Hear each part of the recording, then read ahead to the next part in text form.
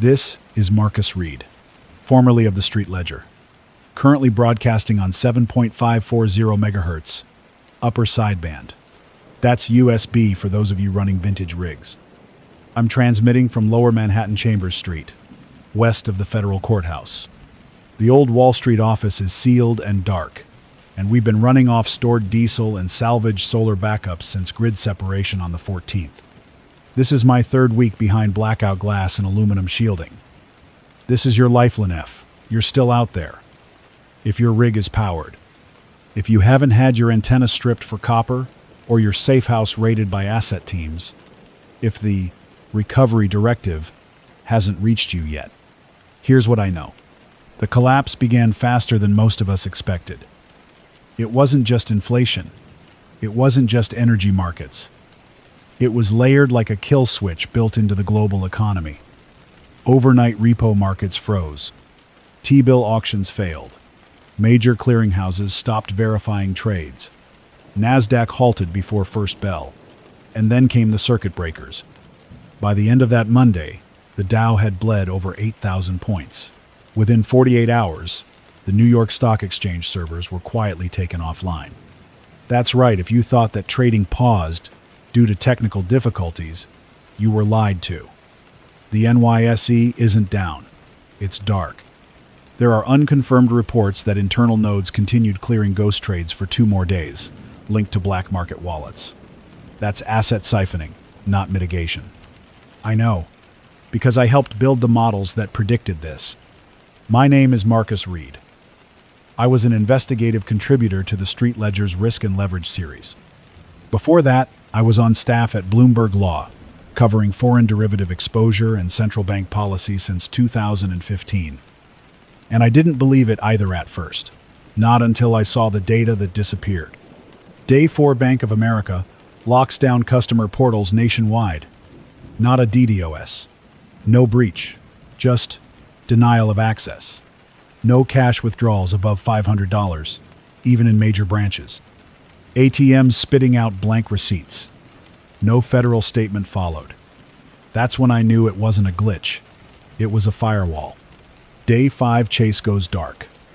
Wells Fargo disappears from DNS entirely. By then, multiple Tier 1 banks across Europe had already been absorbed into national liquidity preservation frameworks. A fancy way of saying seized. I've been logging the blackout zones by their outage sequences. Here's the known cluster pattern for North America as of last night. San Francisco, confirmed grid separation at 0300 hours Pacific time. Dallas, Fort Worth, rolling brownouts, 6 confirmed fires near energy substations. Chicago, radio silence. That entire sector is a data void. Atlanta, multiple conflicting reports. 2 sources claimed mobile black site operations, unverified. Now, you might be thinking this is just a financial crash. You're wrong. It's worse. This is economic disarmament. Around day 7, I intercepted a relay burst from an unsecured uplink near Newark. The message was encrypted with a commercial-grade AES 256 key, but poorly. I cracked it. The contents? A list of non-cooperative civilian entities linked to private asset locations. No names, just initials and coordinates. One of the sites was a grain silo outside of Topeka. Another was a cryptocurrency server warehouse in Austin. All were flagged for recovery protocol. Since then, I've been receiving increasing transmissions under the tag RDT Sigma, believed to be recovery directive teams operating under former Department of the Treasury jurisdiction. Except these voices don't sound like regulators. They sound military. Not official DoD codes either. Some use call signs in old Blackwater formats. At 0200 hours this morning, I received this. If you are in possession of unverified capital assets, digital or physical, you are subject to federal recovery under Title 1749 Emergency Reclamation Act. Resistance will be considered forfeiture. No such act exists in public record. Yet, let me paint a clearer picture for those of you not in a city. This isn't just about banks. Storefronts have been stripped. All luxury retailers looted. Grocery distribution centers emptied by day 9. Armed guards at remaining fuel depots. Urban transit shut down across 6 states. If you're not armed, you're at someone else's mercy. This morning, I picked up an open call from a trucker relay in Indiana. He was moving a private cargo trailer eastbound on I-70, said he was hauling insulin and propane. He was flagged by a convoy marked Interstate Asset Recovery. That's not federal. That's freelance. Paramilitary enforcement under no legal charter. The driver said they didn't demand his manifest. They just scanned his trailer with thermal and told him to offload or be off-routed. He's missing now. No, on a personal note, I have no family left in this city. My brother Jonathan was killed during the Brooklyn Depot raid 2 days before the blackout. He tried to withdraw physical gold from a logistics vault on Dean Street. That vault never opened. A private security firm opened fire on the crowd after someone tossed a smoke canister. 12 confirmed dead. The video was buried, but I have the footage. I've stored backups in off-site encrypted containers. And if you're still listening, you should start doing the same. Build layered signal redundancy. Avoid digital-only comms. Encrypt your drives. Physically isolate emergency funds. Do not trust centralized safe zones. They are honey traps. There are reports of selective disappearance in FEMA-coordinated shelters across Ohio and Pennsylvania. One man claimed half his neighborhood boarded the trucks. None came back. This is not a drill. This is the next phase of managed collapse. For those of you asking why I'm still here, because someone has to record this. Someone has to witness. The markets may be dead. The institutions may have eaten themselves alive. But the signal can still carry. If you're out there, if your hands are cold on that tuner, if the sky above your town still hums with drone traffic, then remember this. You're not paranoid. You're awake. I leave this final warning for tonight. If a task force finds you, do not comply. Hide what you have. Destroy what they can use. You are not the criminal. You are the witness. If you're new to this frequency, you're tuning in during what I call the Manhattan Black Line, the moment the financial grid stopped being virtual and became physical, not metaphorical. Physical, tangible, weaponized. I watched the last ticker crawl across the monitors on day 8, shortly before backup power failed. The market was being propped up with ghost trades automated purchase loops running between shell accounts in Zurich and Riyadh. The volume was artificial. I could see the packet timestamps. They weren't even trying to hide it. Then, one by one, the trades failed verification, all in less than 3 minutes. The system hit a logic loop. No trust, no clearance. The exchange committed digital suicide. After that, everything became barter, bullets, or belief. Here's the situation on the ground. Broadway is silent. The pigeons are louder than the streets. Yesterday, I counted 6 scorched cars abandoned near the Battery Tunnel still warm. One of them had Federal Reserve plates. The back seat was missing its upholstery, torn out, like someone had hidden something under the seat and needed it fast. I found a shredded badge from the Office of Monetary Enforcement. If that doesn't sound familiar, that's because it didn't exist before this month. I keep a short-range receiver tuned to emergency band 2, 82.6 megahertz. That's where local chatter leaks out, mostly unshielded units, scavengers, and perimeter teams. And this morning, I intercepted a report of 2 men found near West 23rd Street with black hoods and internal bleeding. No external wounds. Both were tagged with ankle bands labeled Econ 42. A nurse, unnamed, said their blood was full of what looked like liquefied gold. That's chemically impossible, but I trust what she saw. That's not the only anomaly. The old security monitors I've rewired inside this office picked up motion footage around midnight. Lower floors. Someone or something walked the fire stairs and stopped at level 6. Didn't try to enter. Just stood there, still, for nearly 90 minutes. The silhouette was upright, too tall for normal posture, maybe 6'8". shoulders hunched, like it was wearing a rig or armor. Then it moved. Not down, not up, just into the wall. I rewound the footage 3 times. One frame, it's there. The next, it isn't. There's no door on that wall. There's been a pattern like that. Since the crash, there are people vanishing. Not just individuals. Whole addresses. Government offices gone without a trace. Buildings on Fifth that should exist but are now locked behind digital blind spots. Google Earth shows them. Satellite still shows the rooftops. But try to navigate to those spots on foot, and you'll walk 2 extra blocks without realizing it. Like the city reprogrammed its own memory.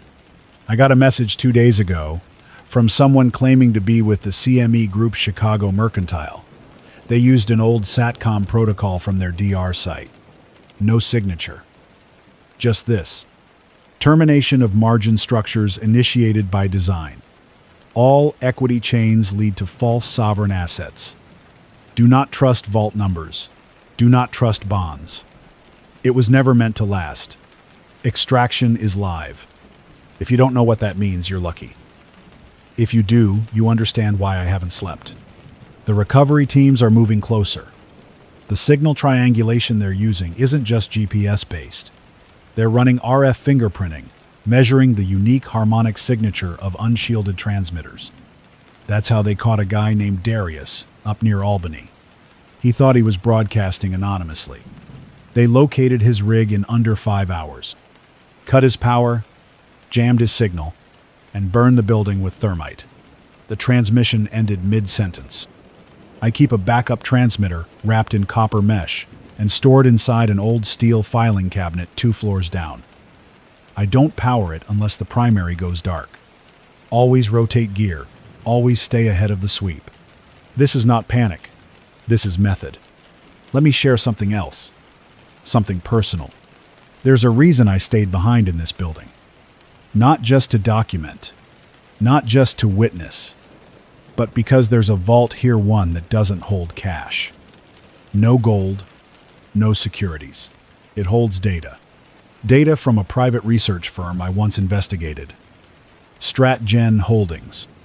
StratGen was tasked with modeling societal collapse scenarios for the Department of Energy back in 2018. You won't find that on Wikipedia. I saw the original reports. One file was labeled Algorithmic Catalysts for Socioeconomic Trigger Events. Another? Monetary Collapse via Asset Reallocation Drift. These weren't predictions. They were simulations. Plotted, timed, precise. According to their models, the collapse would unfold in 3 waves. 1. Institutional rejection, where banks pull access from the public, not the other way around. 2. Mass displacement of value. Physical commodities surpass digital currency in utility. 3. Authoritative reintegration, when a new structure arrives, claiming to solve the problem it created. We are now entering Phase 3. The recovery task forces are not improvising. They're following a sequence. The encrypted warnings I've intercepted are fragments of a larger protocol. Someone called it Omega Triage. And based on the files I've decrypted, that protocol ends in population thinning, not preservation. I want you to take that seriously. I want you to understand what it means. Do not board the convoys unless you know where they go. Do not surrender anything of value without a duplicate stored off-grid. And do not trust any broadcast that promises normalcy. Normal is not returning. The economy was the mask. This, what we're in now, was the original face. To those of you still out there, tonight, the signal is weaker. The storm overhead has increased static, and my backup batteries are low. I'll switch to passive relay mode after this segment. Check back at 0500 hours on 7.650 MHz, USB. I'll broadcast a confirmation ping. I leave you with this last intercepted message. It came from what I believe was a moving convoy on the outskirts of Columbus, Ohio. All assets tagged and processed. Holding perimeter 3. Non-compliance elevated to red tier response. Secure biometric locks. Initiate storage. This is Marcus Reid, broadcasting from Manhattan again. 7.650 megahertz upper sideband. Frequency, stable for now. If you're still out there, still listening, still human, this is for you. I want to tell you about the disappearances. Not just of people, but of names. Entire corporations. Multinational firms that, until 3 weeks ago, were public, powerful, permanent. I kept a hard copy of the S&P 500 index on paper dated April. Of those companies, 26 no longer have verifiable websites. 11 have gone dark on all employee endpoints. 6 have scrubbed all traceable filings. Their offices, where known, are empty. No workers, no signage. Some of the buildings now bear non-branded security locks and generic leased placards. Not vandalized. Sanitized. I've dubbed this the corporate silence protocol. It's not natural. It's not bankruptcy. It's asset abandonment by design. Let's start with Avara Holdings. Avara was a logistics firm, specializing in cold chain medical transport. Its trucks handled over 30% of insulin shipments along the Eastern Corridor. As of May 3rd, its corporate site displays only a loading symbol. Its LinkedIn page is wiped. No CEO statement, no announcement of closure, just erased. I traced its last confirmed shipment to a warehouse in Paterson, New Jersey. I found a driver who made that run name withheld for his safety. He said the facility wasn't staffed. He was told to unload, scan his manifest through a freestanding kiosk, and leave. As he drove away, he saw drones landing behind the warehouse, not surveillance types. Industrial models, with rear clamp harnesses, built for transport. That warehouse burned to the ground 72 hours later. Avara's holding company was backed by a private equity group called Fulton Gage International. Fulton Gage has since rerouted all known phone lines to voicemail. I called 10 times. Nothing.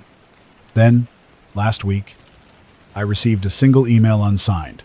No subject, no content. Only an attachment. A PDF. 9 pages. A draft bill titled Emergency Wealth Repatriation Initiative. No record of it exists in Congress.gov or any legislative tracking database. The content of the draft? A structured reclassification of all individual held assets over $100,000 into excess stability units, subject to seizure and repurpose. Seizure. Repurpose. Legally defined. I've seen this tactic before in different languages, on different continents. It's not a policy, it's a protocol, designed to sound neutral, sterile. But the result is always the same: financial identity erasure. Now, here's where the signal gets darker. 3 nights ago, I intercepted a back-channel burst VLF from a repeater near Princeton. I don't usually monitor that band. It's mostly junk traffic and underground military chatter.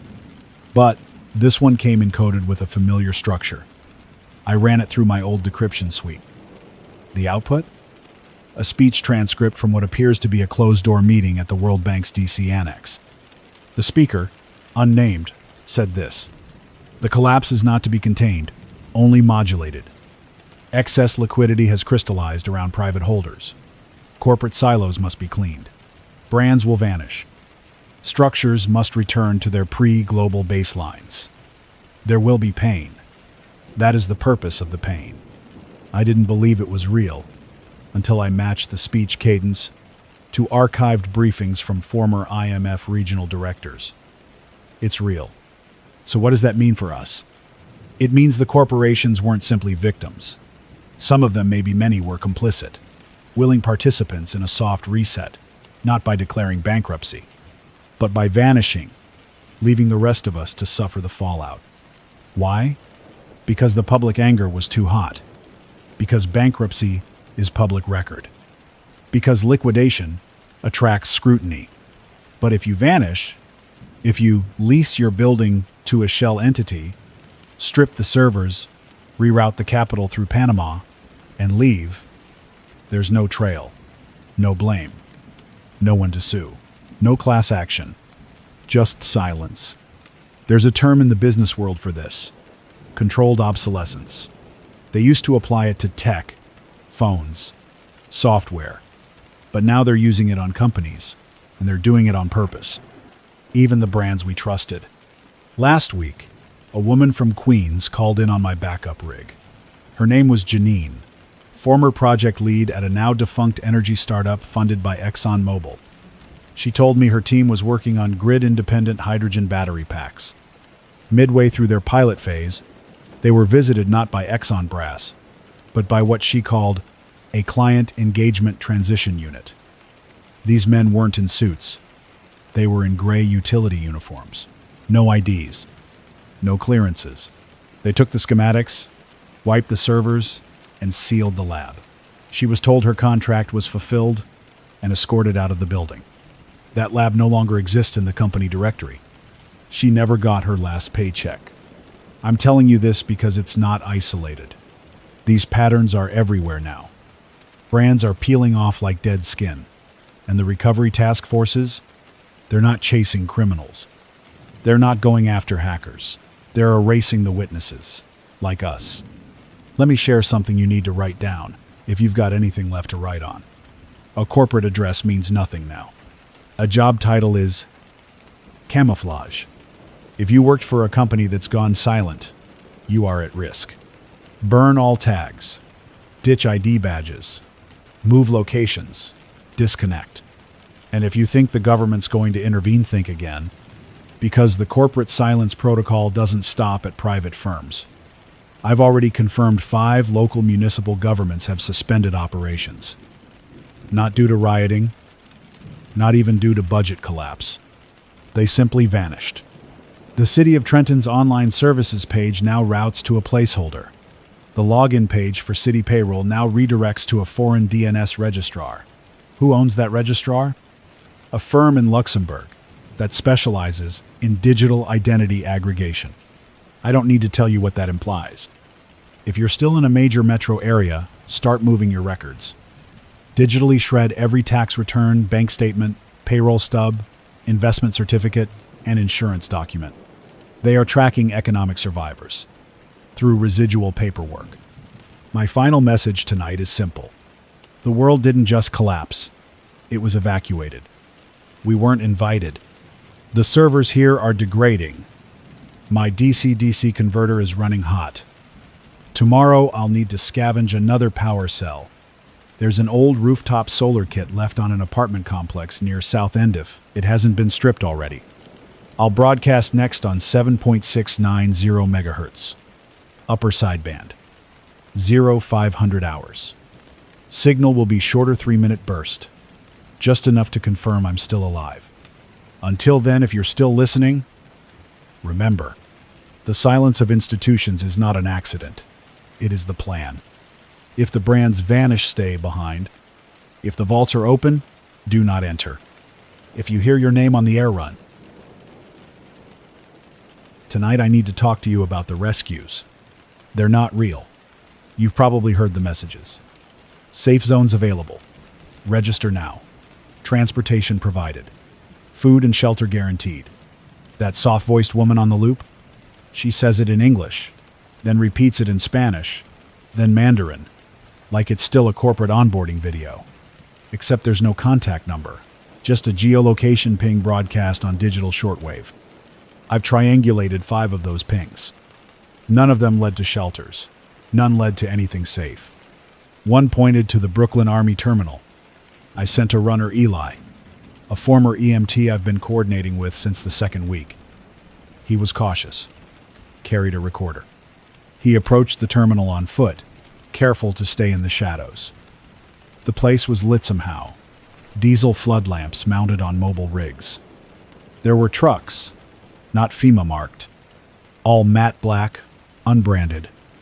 4 men in full tactical gear stood at the entrance. Not police, not guard. Helmets with no markings, thermal visors, rifles slung low.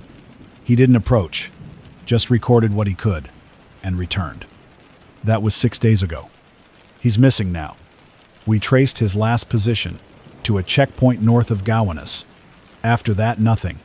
His radio beacon went dead. No signal. His personal tags were pinged from a drone relay near Red Hook, but then disappeared from all registries. It's as if he was de-indexed from the network. Listen closely. If you hear a call for rescue on frequency bands like 4.110 or 6.680 megahertz, those are bait traps. Don't go. They're rebroadcasting distress signals and layering them with pre-recorded civilian voices. Some of them use real names. Others use synthetic speech patterns, AI-generated chatter that sounds almost real. A man sobbing, a child calling for his father, a woman whispering coordinates. None of them are real. I've mapped the source nodes. They're looped transmissions running on solar-powered relay rigs. Automated, cold, not one led to an actual person. I know this because I followed one myself. 12 days ago, a voice came through the lower band at 2.052 megahertz, an old maritime emergency frequency. It was a woman's voice, broken, coughing, saying her name was Heather, stuck in a sub-level parking garage beneath City Hall. Said there were 6 others, injured, trapped. She gave precise coordinates. I went, alone. The garage was there, just like she described. But it wasn't blocked. It wasn't collapsed. It was pristine. No bodies, no cars, no soot, no signs of fire or blood or movement. Just rows of clean concrete and a humming inverter running in the corner, plugged into a shortwave beacon loop. I traced the wires, followed them to a plastic case mounted on a support beam.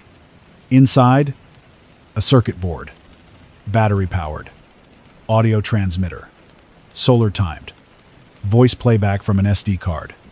The woman's voice was a file, named H2. They're not just baiting survivors, they're cataloging responses. Every time you answer a false distress call, your rig gets pinged. Your response time is logged. Your route is likely mapped through triangulation. If you show up, you're flagged. And then, depending on your value, you're either erased or collected. That's what I believe happened to Eli. I want to read you something now. It was written by a man named Caleb Harrow, former executive at Janux International. He reached out on my encoded band 2 days before the NYSE went offline. Said he wanted to come clean. What he sent was part confession, part suicide note. Here's a fragment. They knew it would collapse. They just didn't care. It was about liquidity positioning, not stability. Janux offloaded its U.S. Treasury exposure 6 months before the first margin calls. They knew. And they moved the capital to Gulf-based holding trusts, then into gold, then into carbon credits, because the planet's collapse is more profitable than its recovery. I signed the risk models. I lied. I'm sorry. I kept the burner phone because I thought someone would ask. No one ever did. Not even the regulators. Especially not them. Caleb was found dead in his flat 3 days later. Officially heart failure. Unofficially, neighbors said they saw a black vehicle parked outside the building an hour before paramedics arrived. No sirens, no ID. The men left with a sealed silver case. I believe Caleb was right. This collapse wasn't just allowed. It was engineered. Let me tell you something that chills me every time I say it out loud. The economy didn't crash. It was offloaded. Like dumping a burning truck down a hill and watching it explode from a safe distance. If you're wondering why the world hasn't bounced back, why no aid, no public addresses, no Wall Street emergency sessions, it's because the owners already left. Their wealth isn't here anymore. It's offshore, buried in asset vehicles beyond jurisdiction, and you were never part of that plan. I say this not to scare you, but to make you think. The next time someone on the radio offers shelter, ask yourself, why do they want you alive? Is it because they want to help? Or because they want your biometric imprint? Your credentials?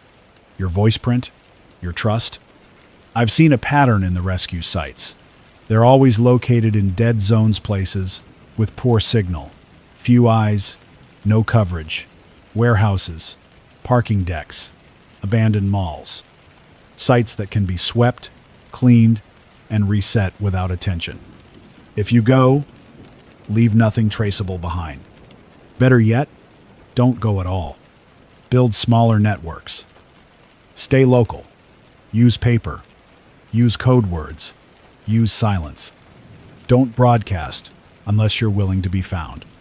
I'll end tonight with a weather update. Yes, an actual weather report because you should know how bad it's getting.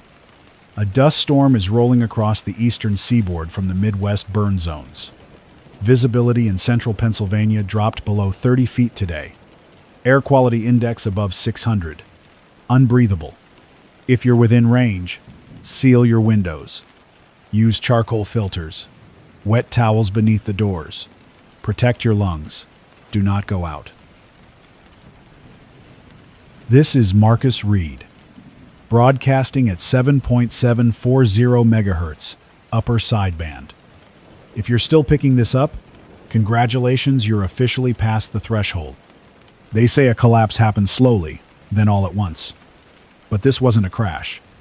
This was a controlled demolition. And what comes after demolition? Cleanup. I'm talking about what the recovery task forces call burn orders. I intercepted one last night. It wasn't coded. It wasn't encrypted. It was open band deliberate. Almost like they wanted someone to hear it. A clipped male voice. Accent neutral. Likely trained. He read it like a checklist.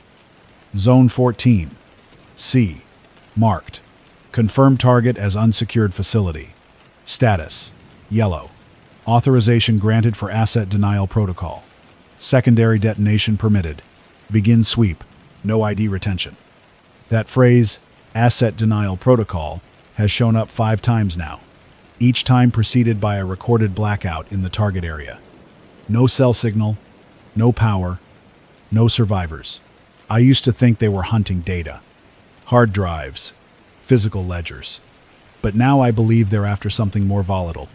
Proof. Witnesses. Voices. Like mine. And yours. Let me back up. If you've been listening since the beginning, you'll remember I mentioned StratGen Holdings, the firm that modeled the phases of economic disintegration. What I didn't tell you is that StratGen wasn't acting alone. They had input from 3 alphabet agencies, at least one overseas central bank, and a defense contractor based out of Reston, Virginia. I won't say the name, but if you've read procurement reports, you've seen them. StratGen's internal document, version 3.4, a partial copy, now stored on a thermally protected SD in my safe scribes. Something called post-market integrity enforcement. A phrase that, in plain language, means make sure no one tells the truth once the system's down. I've started calling them the fire squads, not because they use fire, though they do, but because they treat information like contamination, like a viral load. Something to be contained, sanitized, burned. 2 days ago, I watched the skyline go red above the old JP Morgan building. I counted 3, blasts staggered. Not structural charges. Thermobarics. Firewalls of pressure and flame. Someone was in there. A man I used to know. Darius Chen. Former compliance officer. He had a cache of printed audits going back to 2019. Paper. Not digital. Couldn't be erased with code. Now he's gone. No body recovered. Just smoke and silence. Burn orders. Let me read from a document I found inside the sub-basement of this building. It's half-scorched, but parts are intact. It's labeled Compliance Notice, Priority Risk Zones, printed on Department of Commerce letterhead. Per Directive 311. HB. The following zones are to be neutralized due to elevated knowledge risk. Communication devices, redundant archival mediums, and unregistered transmitters are to be located and rendered non-functional. Collateral damage is not to exceed acceptable public perception limits. Do not engage unless affirmative clearance issued from Omega Red. Omega Red. There it is again. This isn't panic cleanup. This is contingency planning. They knew someone would start talking.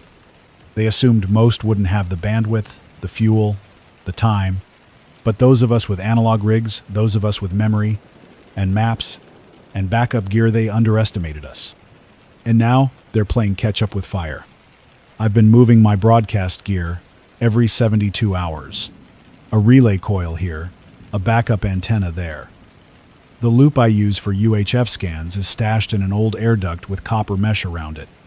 I use a cracked RF analyzer to test for signal bounce. You'd be shocked how easy it is to get tracked through harmonic bleed. They call it passive triangulation. No signal required. Just your device's unique RF breath, like a fingerprint. You power up in the wrong place, and they know where you are in under an hour. So if you're listening, burn your gear. If it's compromised. Seriously, rip out the power cap, smash the loop, rewire from raw parts. That old transistor radio in your granddad's shed? It might be the only thing keeping you off grid now. I know you want something more hopeful. I want to give you a solution, a way out. But there's something you need to understand first. There is no rescue coming. There is no rebuilding plan. What remains now is salvage and survival. I've been contacted by 6 different operators across the continental U.S., each one claiming they're setting up a new communications network, each one asking for a node, a signal bounce, a confirmation ping. But every one of those relay sites has gone dead within a week. Not shut down. Not disabled. Dead. No final message. No fallback frequency. Just nothing. It's like trying to build a raft out of driftwood during a hurricane. And I think that's the point. The burn orders aren't just physical. They're psychological. They're meant to break your momentum, to make you doubt that connection is possible, that truth can travel. But it can. And it must. So tonight, I'm transmitting backup logs from the StratGen leak. If you have a signal recorder, capture the tone burst that follows this broadcast. It's a compressed packet, old school, audio encoding. 3 megabytes, encrypted. But the cipher key is buried in the noise floor, just beneath 3.7 kilohertz. If you know what that means, you'll figure it out. If not, find someone who does. Share it by hand. Don't upload. Don't digitize. Print it. Bury it. Hide it in plain sight. On the back of a menu. Inside a picture frame. Anywhere physical. And now, the most important message I've ever recorded. If someone knocks on your door and says they're from recovery services, do not open it. If someone arrives with satellite dishes and says they're from infrastructure restoration, do not engage. If someone calls your name over the radio and offers help, and you didn't tell anyone where you are already compromised. Leave. Immediately. This is Marcus Reid. My power supply's running at 22%. I won't make it through another full transmission unless I scavenge again. I have one final cell stored in a maintenance tunnel on Church Street, but it's risky. Lot of movement near that sector last night. Might be drones, might be worse. I'll attempt my next broadcast at 0300 hours on 7.820 megahertz, upper sideband. Short burst, 4 minutes max. Until then, burn what they can use. Erase your trail. Preserve the truth. And if your city goes quiet, assume it's not empty, just buried under silence. If you're listening, tonight I need to tell you about something I found. It's real. It's beneath us. And it's not what anyone thought. Let me rewind. When I first broke into this building 3 weeks ago, I had a plan. Recover old files, establish a signal point, and wait for confirmation that someone was still broadcasting west of the Appalachians. That signal never came. But while scavenging the sub-basement, I found a panel. It wasn't in the original floor plan. The wiring was newer, reinforced shielding. It had no keypad only, a swipe slot, and a handprint scanner. I bypassed it with an analog pulse I jerry-rigged from a UPS battery and a circuit tester. Old trick. Took 5 tries. The panel opened. Inside, a freight elevator shaft. No elevator. I climbed down using the emergency ladder. 8 floors. then another sealed door. I opened it with a power inverter, spike-fried half my tools doing it. What I found was a vault. Not a bank vault, not a Fort Knox scenario. This was a data vault.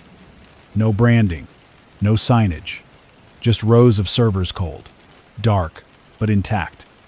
And at the far end, a sealed glass case. Inside it, a terminal, isolated, running on a different circuit, with a spinning cursor on a black screen. I powered it up. There was a file on the desktop. One file. It was titled Index Delta. It took me 3 hours to decrypt it, using a code left in one of StratGen's reports. Inside the file were coordinates, timestamps, currency values. But more than that, names. Thousands of names. People. Firms. Shell companies. All mapped to key dates over the past 6 years. Every major market swing.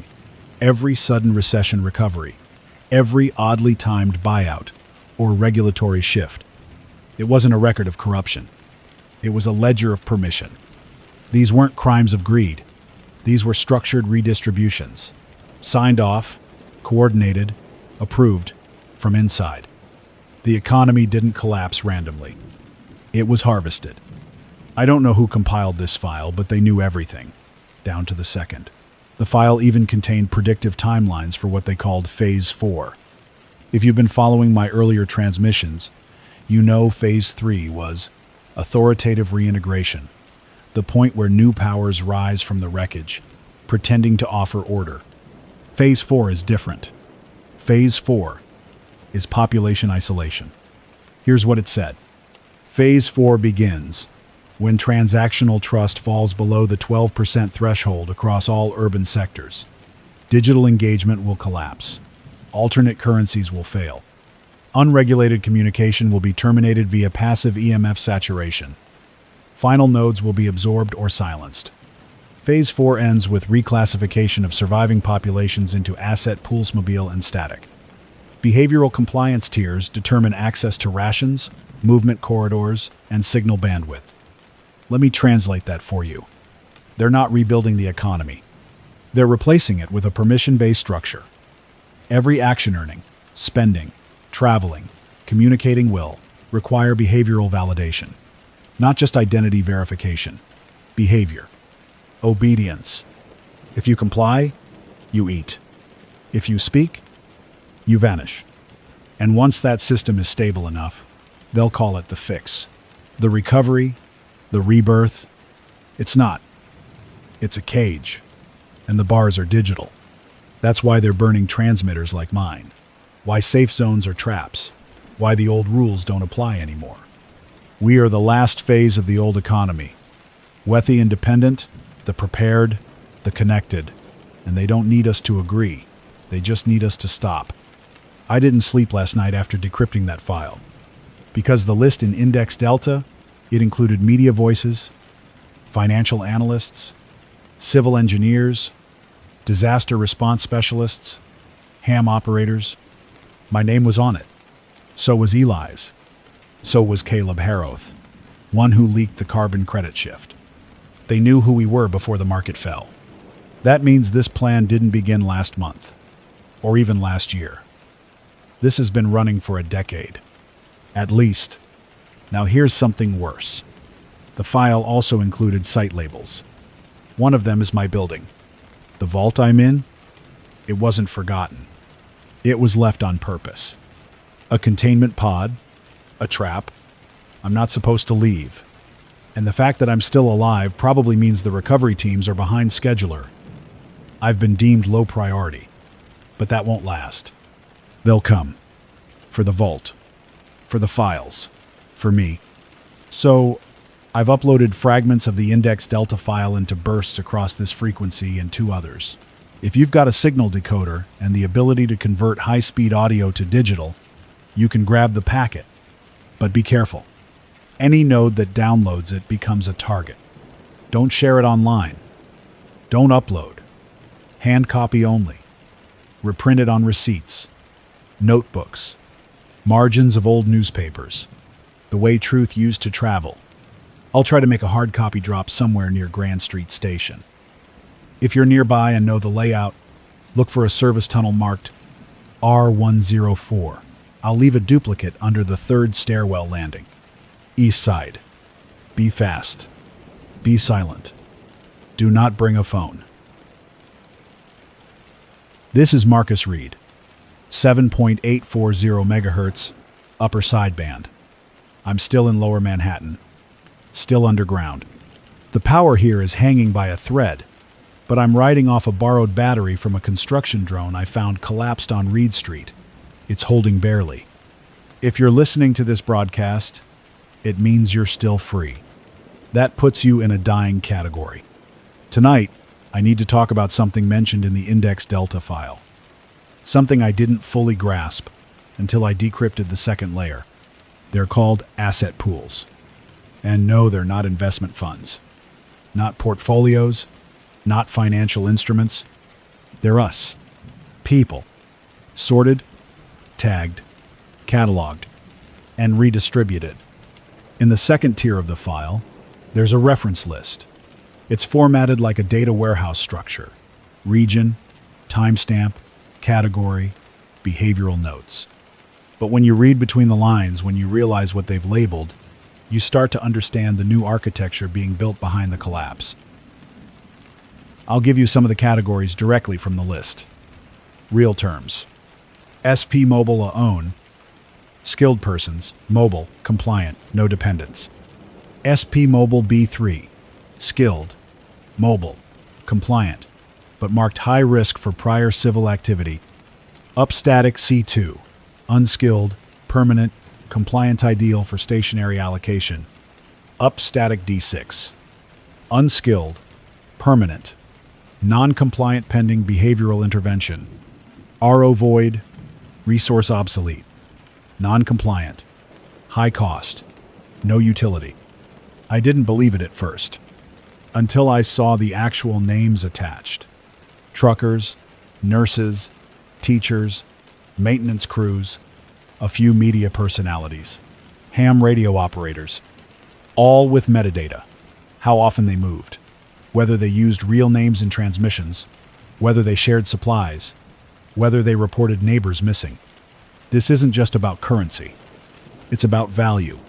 Human value, assigned, reduced, and managed. I remember thinking back in the early days of the crash that things would normalize, eventually that we'd go back to some version of cash, trade, maybe even local community script. That was the hopeful narrative. But the deeper I've dug, the clearer it's become. The global financial structure didn't collapse, it evolved into something more primitive, more dangerous, into a system where you are the currency, not what you own, not what you owe, what you can be used for, and if that utility runs out, well, the RO void tag doesn't stand for reoffer. I've heard first-hand accounts now. Some are coming through old courier channels, bike messengers, and rooftop runners using secure notes. Here's what I know. In 3 cities, St. Louis, Baltimore, and Flagstaff, entire neighborhoods have been cleared and reassigned. The terminology varies, but the method is the same. Evacuation notices broadcast over local frequencies. Safe zone instructions. Convoy arrivals. People board the trucks. They vanish. The buildings are left untouched. Except for one thing. Every entrance is marked with a simple spray-painted symbol. White triangle. Black dot in the center. That's how they denote pooled zones. Meaning, these people are no longer individuals. They are categorized resources. Property of the new structure. Not official governments. Not even military. The contracts were offloaded. The enforcement arms are private. And every new system built from this collapse is based on the same principle. People are only valuable if they generate stability. If they don't, they're processed. I want to make this perfectly clear. There is no country anymore. There is no economy anymore.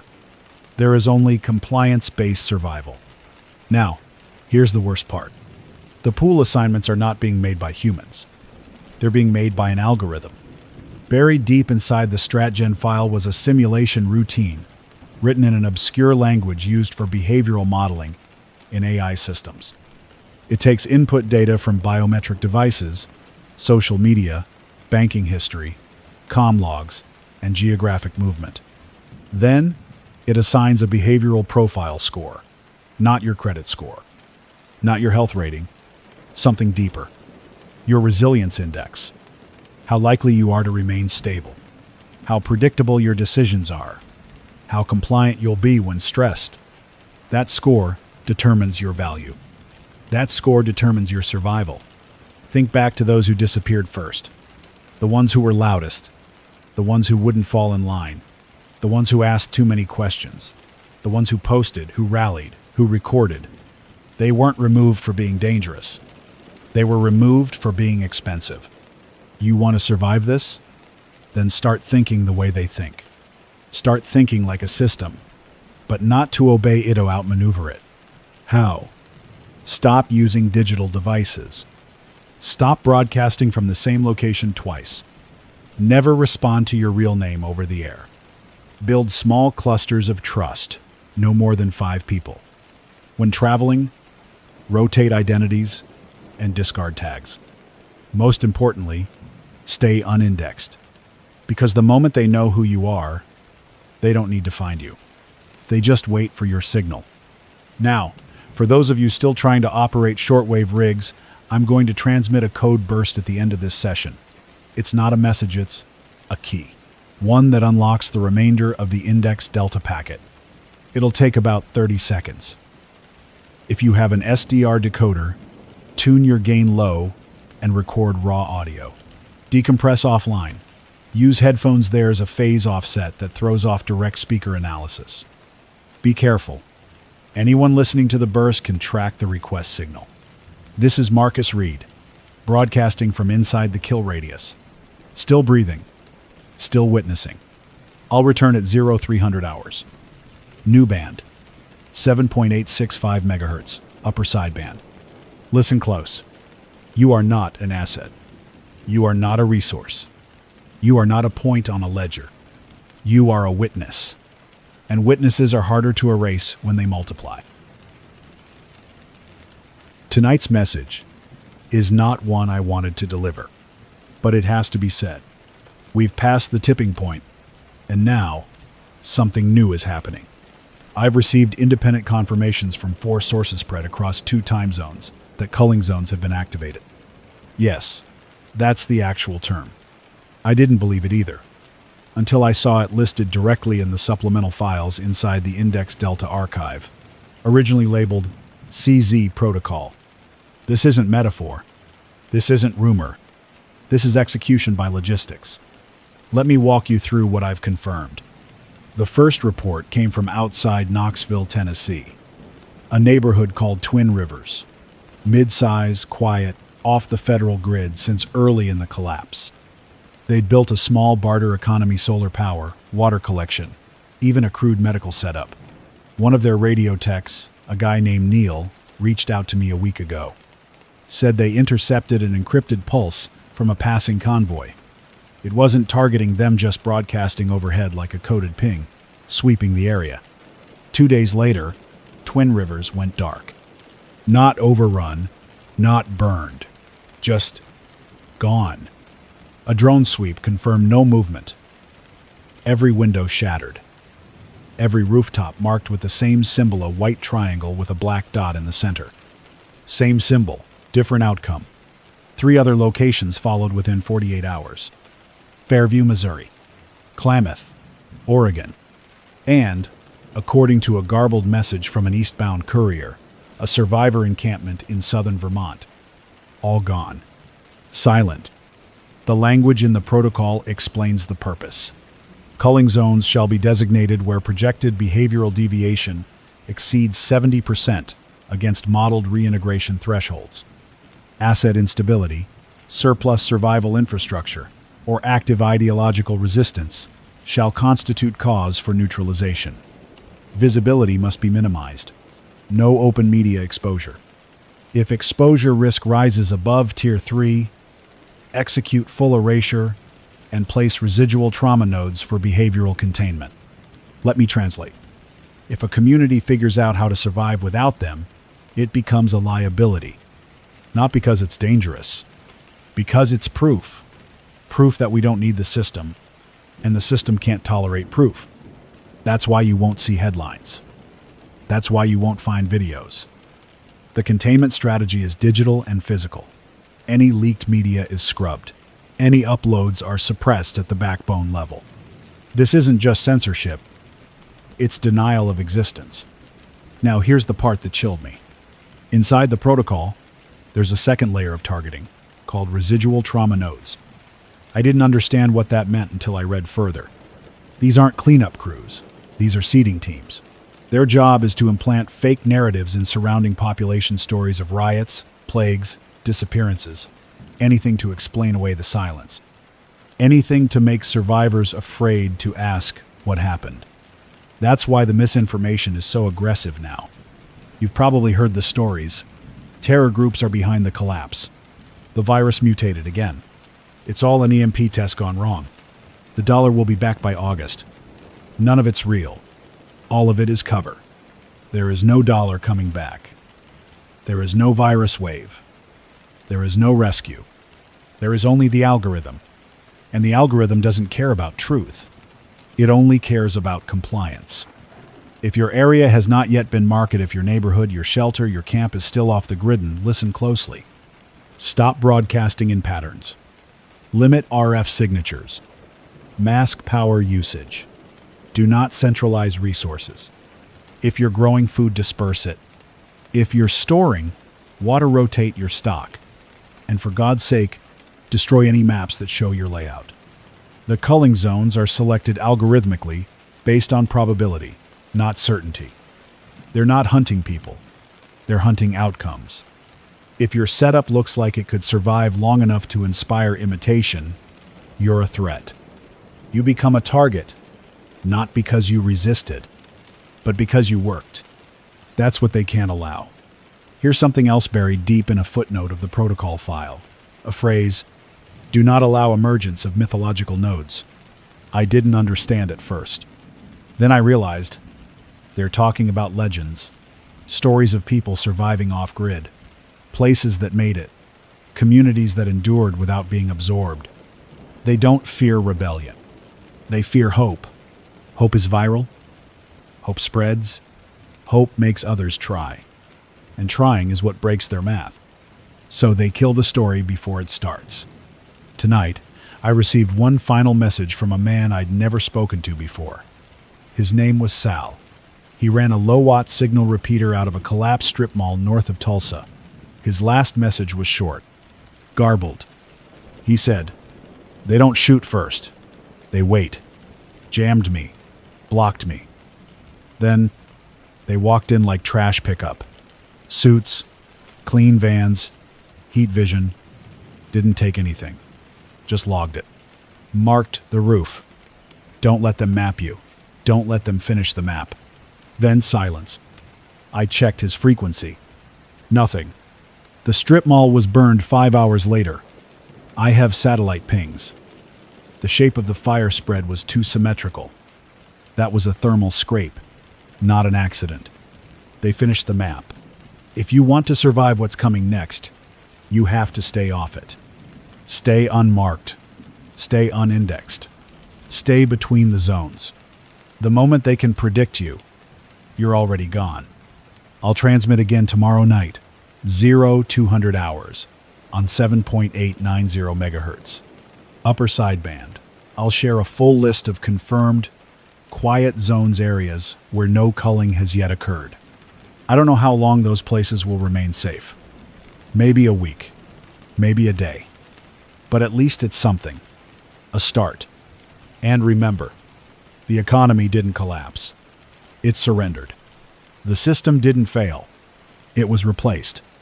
You weren't abandoned. You were categorized. Stay unspoken. Stay moving. This is Marcus Reid. If you're hearing this, then the network hasn't blacked me out completely yet. That means there's still a sliver of space between the signals. Still enough room to thread a voice through the ruins. Tonight, I want to talk to you about something I haven't before, not directly. The why. Why would they do this? Why tear down the world and rebuild it behind wire and protocol? Why destroy everything they once profited from? The short answer: because the system was never about money. It was about control through belief. The dollar was just the illusion. The banks, the stocks, the apps, the debt was all scaffolding. The real asset was always behavioral compliance, your willingness to play the game. And when too many stopped believing, they pulled the plug. I've come across documents in the last week buried in a secondary layer of the index delta file. A memo labeled Post-Fiscal Societal Management Strategy, Phase Prime. It outlines exactly what's coming. In chilling detail, a decentralized economic narrative has proven unsustainable. Public trust metrics have fallen below 9%. Legacy currency instruments have lost referential viability. Reformat population into self-regulating social sectors. Value must be derived through observable alignment, not financial independence. Informational sovereignty is a threat multiplier. That's it. That's the heart of it. Money doesn't matter anymore. Trust does. Control does. Narrative does. The moment your value became behavioral land, not economic you, stopped being a citizen, you became inventory. They don't want your money. They want your predictability. Because predictable populations don't rise up. Predictable populations don't form alternatives. Predictable populations don't ask why the lights went out, or the signal died, or the trucks never arrived. They wait. They obey. They forget. I've said this before, but now I can prove it. The signals we're hearing now, the ones marked as shelter, relief, transport. They're not just bait, they're calibration points. The system watches who responds, who follows, who questions. Each reaction is measured and cataloged. Every choice feeds the model. And what do the outliers get? Culling, displacement, erasure, or in my case, containment. They tried to contain me 3 nights ago. I haven't spoken about it until now because I wasn't sure I'd survive it. Around 0200 hours, I picked up a pressure differential outside the sub-basement. Air being drawn. Not wind, not natural. A vacuum pulse island. Surgical. I killed the generator and went completely cold. 15 minutes later, a breach team entered from the freight shaft. 2 men. Unmarked suits. Thermal goggles. They didn't say a word. They didn't need to. They weren't there to negotiate. They swept the room, scanned for active EM fields. My rig was already buried under a thermal blanket. My body temp was lowered with a chemical pack. They didn't see me. They left. But not before placing a device near the power console. Black box, 4 inches square. LED blinked twice, then stayed solid. It's a proximity sensor, a kill switch. If I power up anything above 30 volts, it will trigger. That's why this is likely my last voice transmission. After this, I'm breaking down the rig. I'll leave only a tone pulse untraceable and stripped of metadata, a ghost frequency. But I'll keep the tape deck running, keep recording, keep moving. Because the truth is, we don't win this with force. We win this by remembering, by documenting, by witnessing.